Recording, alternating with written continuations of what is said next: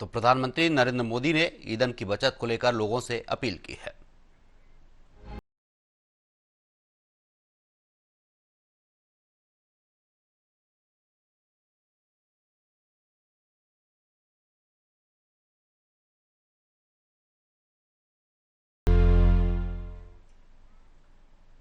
प्रधानमंत्री नरेंद्र मोदी की ईंधन और विदेशी मुद्रा बचाने की अपील का असर अब देश भर में साफ दिखाई देने लगा है। केंद्र सरकार से लेकर राज्यों तक कई स्तरों पर बदलाव देखने को मिल रहे हैं। केंद्रीय मंत्री और कई मुख्यमंत्रियों ने अपने काफिले में गाड़ियों की संख्या कम कर दी है। कई नेता अब सीमित वाहनों के साथ यात्रा कर रहे हैं, जबकि कुछ सार्वजनिक परिवहन और साझा संसाधनों के इस्तेमाल पर भी जोर दे रहे हैं। सरकारी दफ्तरों में भी ईंधन बचत को लेकर नई कार्यशैली अपनाई जा रही है। कई विभागों में आधी से ज्यादा बैठकें अब वीडियो कॉन्फ्रेंसिंग के जरिए आयोजित की जा रही हैं, जिससे सरकारी खर्च और ईंधन की खपत कम करने की कोशिश हो रही है। इसके साथ ही लोगों से अनावश्यक विदेश यात्रा टालने और सोने की खरीद पर नियंत्रण रखने की अपील भी असर दिखा रही है। हालांकि विपक्ष इस मुद्दे पर सरकार को घेरने में जुटा है। विपक्षी दलों का आरोप है कि पेट्रोल डीजल की कीमतों में बढ़ोतरी और विदेशी मुद्रा पर दबाव जैसी स्थितियां पहले से मौजूद थीं, लेकिन चुनावी कारणों से इन्हें दबाकर रखा गया। अब सरकार बचाव की रणनीति के तहत जनता से अपील कर रही है। इधर पेट्रोल डीजल के बढ़ते दामों ने आम लोगों की चिंता बढ़ा दी है। राजनीतिक गलियारों से लेकर आम जनता तक इस मुद्दे पर चर्चा तेज है। वरिष्ठ विश्लेषकों ने इसे आर्थिक चुनौती के साथ साथ राजनीतिक परीक्षा भी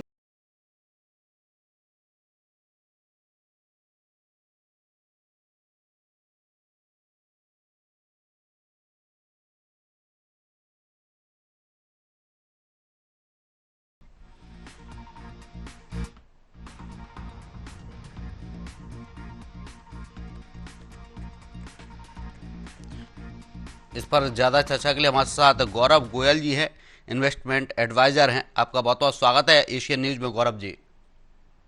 नमस्कार, आपके सभी दर्शकों को और सभी श्रोताओं को मेरी तरफ से बहुत बहुत नमस्कार। पेट्रोल डीजल की बचत की बात की जा रही, प्रधानमंत्री ने अपील की है, उसका असर भी दिखने लगा है और कई राज्यों के मुख्यमंत्रियों ने काफिले में अपनी गाड़ियों की संख्या कम कर दी है। किस वजह से ये सब हो रहा है? विपक्षी दल कह रहे हैं कि पहले से जानकारी थी सरकार को, लेकिन सरकार को अब होश आया है चुनाव के बाद। देखिए, हमारा देश जो है इस समय कठिन दौर से गुजर रहा है और ये कठिन दौर सिर्फ हमारे देश के लिए सीमित नहीं है। दुनिया भर की तमाम जितनी अर्थव्यवस्थाएं हैं सभी ईरान और अमेरिकन वॉर की वजह से परेशान हैं। दुनिया भर में जो खाड़ी देशों से तेल निर्यात होता है, फर्टिलाइजर्स वगैरह निर्यात होते हैं, इन सब की वजह से वहां पे जो है काफी हद तक एक ब्लॉकेड की वजह से सप्लाई चेन में डिसरप्शन हो गया है, जिसकी वजह से सारे जो देश इंपोर्ट करते हैं उनके लिए एक मुश्किल का समय आ गया है और साथ साथ प्राइस एस्केलेशन भी हो गया, प्राइस भी बढ़ गया है। तो इस परेशानी को दूर करने के लिए प्रधानमंत्री जी ने कुछ सुझाव दिए हैं, जिसके अमल करने से हमारा देश जो है अपना थोड़ा जो फॉरेन एक्सचेंज बोलते हैं उसको जो है कम कर सकता है। जो हमारा खर्च हो रहा है फॉरेन एक्सचेंज पे बढ़ते प्राइसेस की वजह से वो कम हो सकता है। मुझे ऐसा लगता है प्रधानमंत्री ने बोला है, अच्छी बातें बोली हैं और अगर हम इस मुश्किल समय में देशवासी मिलकर इसमें संकट में थोड़ी मदद कर सकते हैं तो क्यों नहीं, ऐसा जरूर करना चाहिए। गौरव जी, सोना ना खरीदने की भी अपील प्रधानमंत्री ने की है। अगर सोना नहीं खरीदते उससे क्या फायदा मिलेगा? क्योंकि कई अगर भारत की बात की जाए तो भारत में लोग सोचते हैं कि सोना तो भारत का ही है, कितना भी खरीदो कोई दिक्कत नहीं है। नहीं, देखिए, सोना जो है भारत को बहुत हद तक आयात करना पड़ता है। हमारे देश में जो सोना होता है वो पर्याप्त नहीं होता है जिसके माध्यम से देश की जरूरतों को पूरा किया जा सके, तो हमें सोने को जो है आयात करना पड़ता है। और हमारे जो देशवासी हैं उनको आपको मालूम ही है कि अथाह प्रेम है सोने से। और सोना जो है जब हमें आयात करना पड़ता है तो देश को एक बहुत बड़ा अमाउंट जो है फॉरेन एक्सचेंज के रूप में उसे देना, खर्च करना पड़ता है। अब इस फॉरेन एक्सचेंज को लाने के लिए हमें एक्सपोर्ट करना पड़ता है और हमारे एक्सपोर्ट इतने पर्याप्त नहीं है कि वो इस कमी को पूरा कर सकें। उसके लिए हमें फॉरेन एक्सचेंज खरीदनी पड़ती है और जब डॉलर महंगा होता है रुपए के मुकाबले तो हमें ज्यादा पैसे देने पड़ते हैं। जी। इसी की वजह से प्रधानमंत्री ने ये बात बोली है कि हम सोने का आयात या सोने का इस समय कुछ समय के लिए सोने का कंजम्पशन अगर कम कर ले तो उसमें देश के लिए देश हित में होगा ये। अगर ये मान लिया जाए कि भारतीय एक महीने के लिए सोना खरीदना बिल्कुल बंद कर दें और पेट्रोल डीजल के जो खरीदने की क्षमता है वो भी कम करें, पेट्रोल डीजल के वाहनों का उपयोग कम कर दें, तो क्या इससे स्थिति सुधर जाएंगे?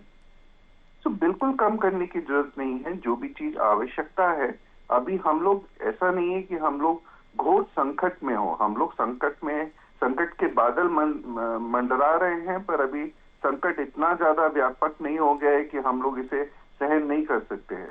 बट अगर हम लोग अभी से कुछ अपनी आवश्यकताओं को कम कर ले तो निश्चित तौर पर ये बहुत मददगार साबित होगा। अगर हम कोई चीज 100 रुपए खर्च कर रहे हैं किस चीज पे, उसके बजाय अगर हम 80-85 रुपए खर्च करें उस पे और उससे अपना काम चला ले, मेरे ख्याल से इतना मुश्किल काम नहीं है, तो ये देश के लिए निश्चित तौर पर बहुत फायदेमंद होगा। गौरव जी, अधिकतर देखा जाए शादियों के सीजन में भारत में सोना अधिकतर खरीदा जाता है। अभी भी सोने के भाव में थोड़ा उछाल आया, फिर से कम हुआ है। अगर सोने की जगह दूसरा ऑप्शन क्या भारतीयों को मिल सकता है? अगर ज्वेलरी की बात की जाए तो जरूरी है कि सोने की ज्वेलरी लोग बनवा रहे हैं, इसके अलावा दूसरा कोई ऑप्शन मिले तो वो ज्वेलरी बनवाना शुरू करें जिससे सोने की खरीदारी कम हो। देखिए, सोने की जगह आप आज की डेट में अगर आपको सोना देना ही है और अपने, तो आप जो है गोल्ड बॉन्ड्स दे सकते हैं। आप फाइनेंशियल के फॉर्म में आप गोल्ड दे सकते हैं। कोई जरूरी नहीं है कि सोना फिजिकल फॉर्म में ही दिया जाए। तो इससे देश का जो खर्चा होता है गोल्ड को खरीदने के लिए, उसकी जरूरत भी नहीं पड़ेगी। तो आप सब्स्टिट्यूट कर सकते हैं किसी और माध्यम से। और अगर आप और किसी तरह से जी। अपने बच्चों को तोहफा देना चाहते हैं, गिफ्ट देना चाहते हैं, तो और भी बहुत सारे तरीके हैं। इंडियन करेंसी के फॉर्म में ही कुछ दे सकते हैं आप उनको। कोई गिफ्ट, जैसे अगर आपको ट्रैवल का गिफ्ट देना है तो वो दे सकते हैं, इंडियन रुपी में गिफ्ट दे सकते हैं। तो इन सब चीजों में कर सकते हैं। विदेशी मुद्रा का जहां पे व्यय हो उसको बचा जी। के अगर किसी और फॉर्म में गिफ्ट दिया जा सके तो नथिंग लाइक इट। जी बिल्कुल गौरव जी, तमाम चर्चा के लिए आपका बहुत बहुत शुक्रिया, आप हमारे साथ जुड़े।